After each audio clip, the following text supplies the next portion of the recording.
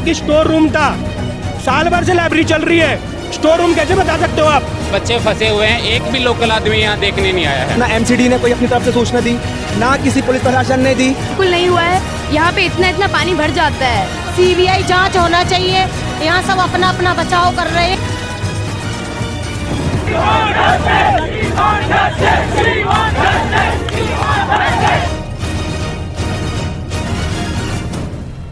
नमस्कार दर्शकों, मेरा नाम है समर त्रिपाठी और आप देख रहे हैं मेरे साथ आपका अपना चैनल स्टार फोरम्स।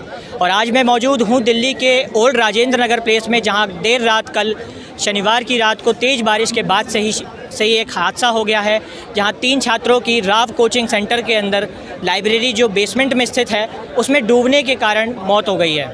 जिसके साथ ही यहाँ पर आज छात्र प्रदर्शन करते नज़र आ रहे हैं और अपने साथी जिनकी मौत हो चुकी है उनके लिए आवाज़ उठाते नज़र आ रहे हैं। जिसको संभालने के लिए पुलिस प्रशासन और यहाँ एनडीआरएफ की टीम सभी लोग मौजूद हैं कि छात्रों में बढ़ता ये आक्रोश, इसको शांत करने के लिए सभी पुलिस अधिकारी यहाँ पर मौजूद हैं। बताया जा रहा है कि लाइब्रेरी में 12 फीट तक पानी भर गया था, जिसके बाद वहाँ पर लगभग 35 बच्चे फंस चुके थे और देर रात एनडीआरएफ की टीम ने लगभग 14 से अधिक बच्चों को बचा लिया है, लेकिन 3 बच्चों को नहीं बचा सके और वह पानी में डूबकर उनकी वहाँ मौत हो चुकी है। तो आज यहाँ पर बच्चे प्रदर्शन कर रहे हैं। ये वही छात्र हैं जो यूपीएससी अदर सिविल सर्विसेज की तैयारी कर रहे हैं और भविष्य में ये प्रशासन के अंदर ही काम करते नज़र आएंगे, लेकिन इस वक्त अपने साथियों को न्याय दिलाने के लिए ये बच्चे आवाज़ उठाते नज़र आ रहे हैं और प्रशासन से नाराज़गी जाहिर कर रहे हैं, जिसमें एमसीडी दिल्ली सरकार का सबसे बड़ा नाम सामने आ रहा है। इन छात्रों का कहना है कि सरकार की तरफ से कोई मदद नहीं हो रही है, कोई यहाँ पर देखने नहीं आया। वहीं दिल्ली की शिक्षा मंत्री अतिशी जी का कहना है कि उनकी ये नज़र इस हादसे पर करीबी तौर से बनी हुई है और हमारी मेयर जो एमसीडी की मेयर हैं शैली ओबरॉय, उन्होंने भी मजिस्ट्रेट और सभी के साथ मिलकर इसके लिए जांच की तैयारी शुरू कर दी है। तो आइए देखते हैं यहाँ पर किस तरीके से छात्र यहाँ प्रदर्शन कर रहे हैं और क्या क्या उनकी मांगे हैं। वहीं पुलिस अधिकारी किस तरीके से उनके आक्रोश को शांत करते नज़र आ रहे हैं।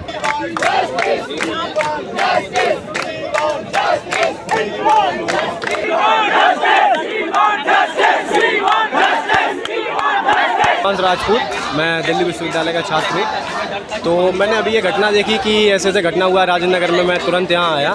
देखा जाए मैं एक आम छात्र होने के नाते मैं प्रदर्शन में शामिल होने आया। बाकी हमें सोचना चाहिए, देश की राजधानी दिल्ली में ऐसी घटनाएं हो रही हैं। आम छात्र जो बिहार, साउथ से, नॉर्थ से, हर देश के हर एक कोने कोने से यहाँ आता है यूपीएससी की मेहनत के लिए, और यहाँ आम छात्र मतलब लाइब्रेरी में बैठ के पढ़ रहा है, तब वह लाइब्रेरी में सुरक्षित नहीं है तो आम छात्र को सुरक्षा मिल कहाँ रही है। और हम देखते हैं कि कोई भी घटना होती है तो राज्य सरकार केंद्र सरकार के ऊपर ताना कसेगा, केंद्र सरकार राज्य सरकार के ऊपर ताना कसेगा। जिम्मेदारी लेने के लिए कोई यहाँ मौजूद नहीं है कि हाँ हम इसके लिए हम जिम्मेदार हैं। यहाँ हम जिम्मेदार ठहराएंगे, चाहे वो एमसीडी हो, चाहे वो दिल्ली सरकार हो, चाहे वो ये इंस्टीट्यूशन हो, कोचिंग इंस्टीट्यूशन।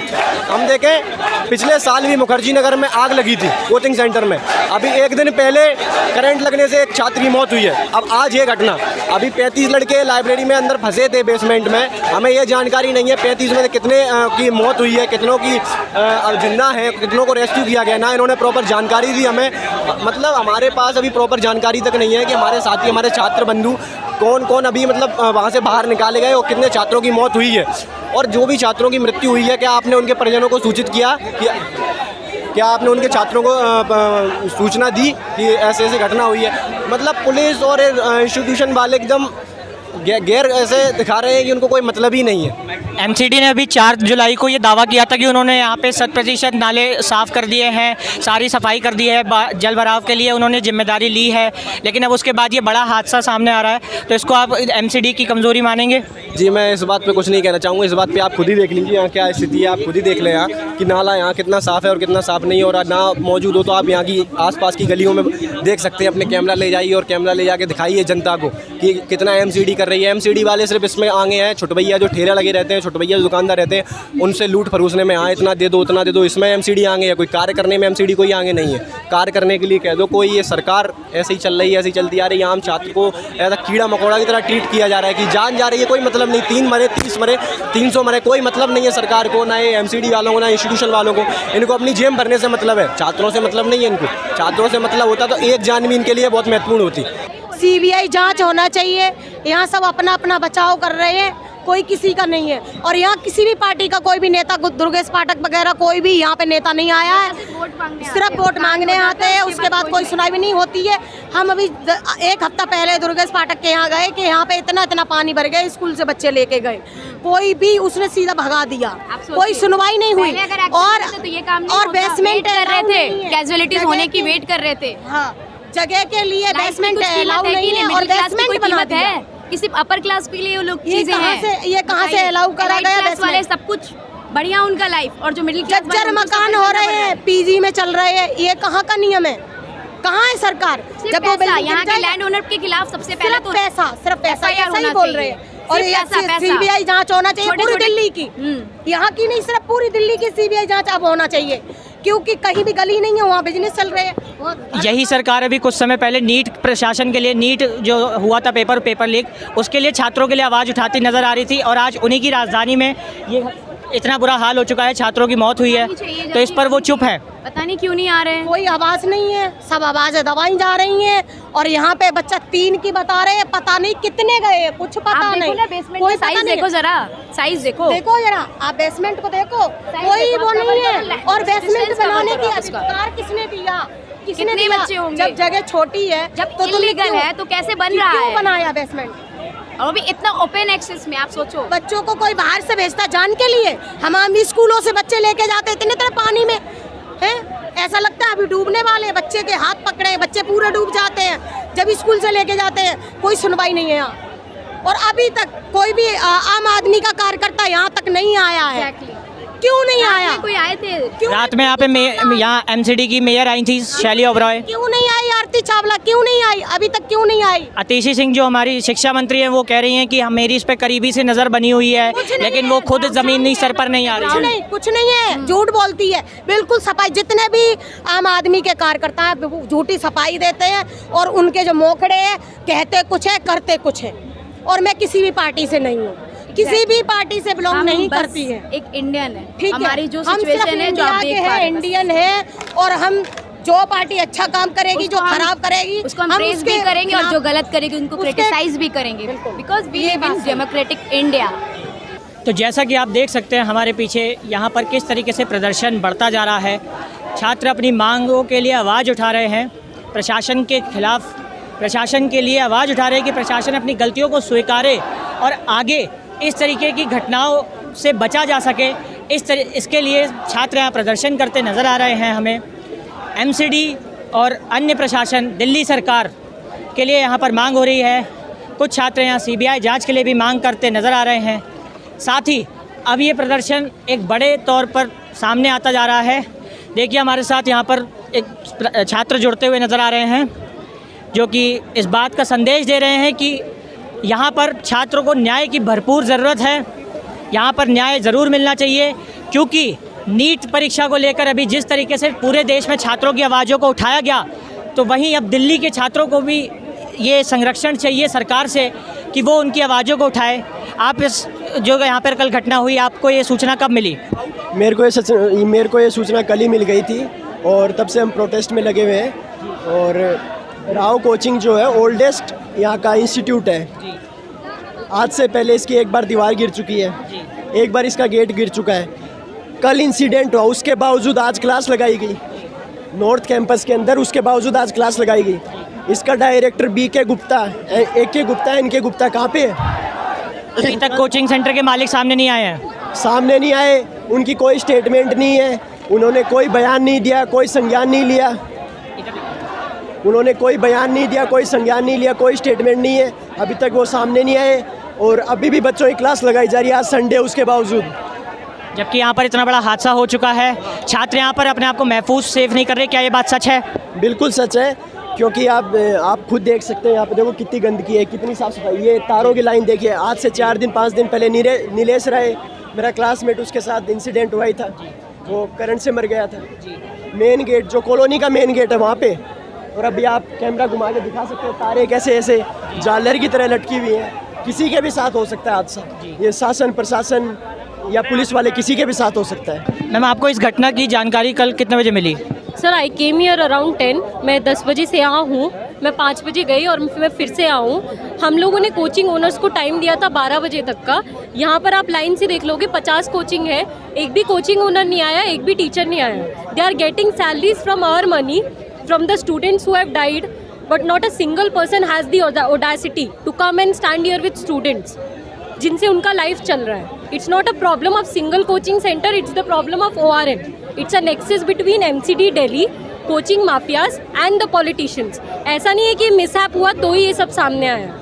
ये बहुत टाइम से हो रहा है और ये लोग इग्नोर कर रहे हैं। They were waiting for this incident to happen.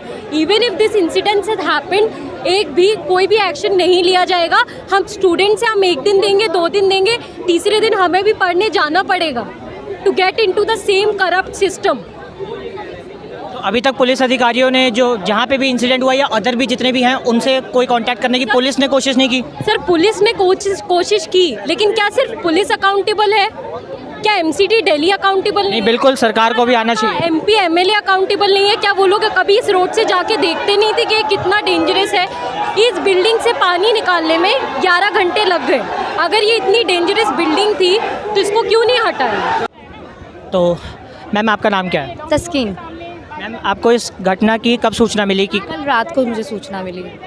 तो यहाँ पर जो हादसा हुआ है छात्रों के प्रति और अब छात्र प्रदर्शन कर रहे हैं, इसको आप किस नज़रिए से देख रहे हैं? काफ़ी दुखद घटना है। ये चीज़ हमने एक्सपेक्ट नहीं किया था कि यहाँ पे होगा। पानी तो काफ़ी समय तक जमता रहता है, हम देखे हैं, but the thing is that ये वाला अनएक्सपेक्टेड था। अभी जो बच्चे प्रोटेस्ट कर रहे हैं इसी के लिए कर रहे हैं क्योंकि यहाँ पे जो बेसमेंट का जो सिस्टम है ना, that is very wrong and it is illegal also.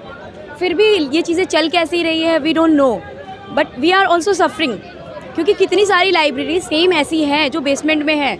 और अब तो इशू आ रहा है कि अब ये लॉक भी हो जाता है डोर सिस्टम, है ना इनका। तो इस चक्कर में जो भी मौत हुई उनसे तो हम बहुत दुखित है।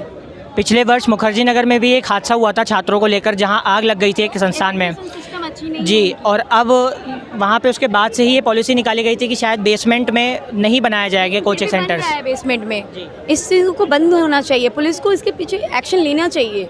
वहीं मतलब इस पर आप देख रहे हैं कि MCD की कहीं ना कहीं सामने आ रही है। गलतियाँ हैं जिन चीज़ों को हम हाईलाइट नहीं कर पा रहे हैं। तो आप यहीं पर पढ़ने वाले, आप किस क्षेत्र के लिए पढ़ाई कर रहे हैं? UPSC।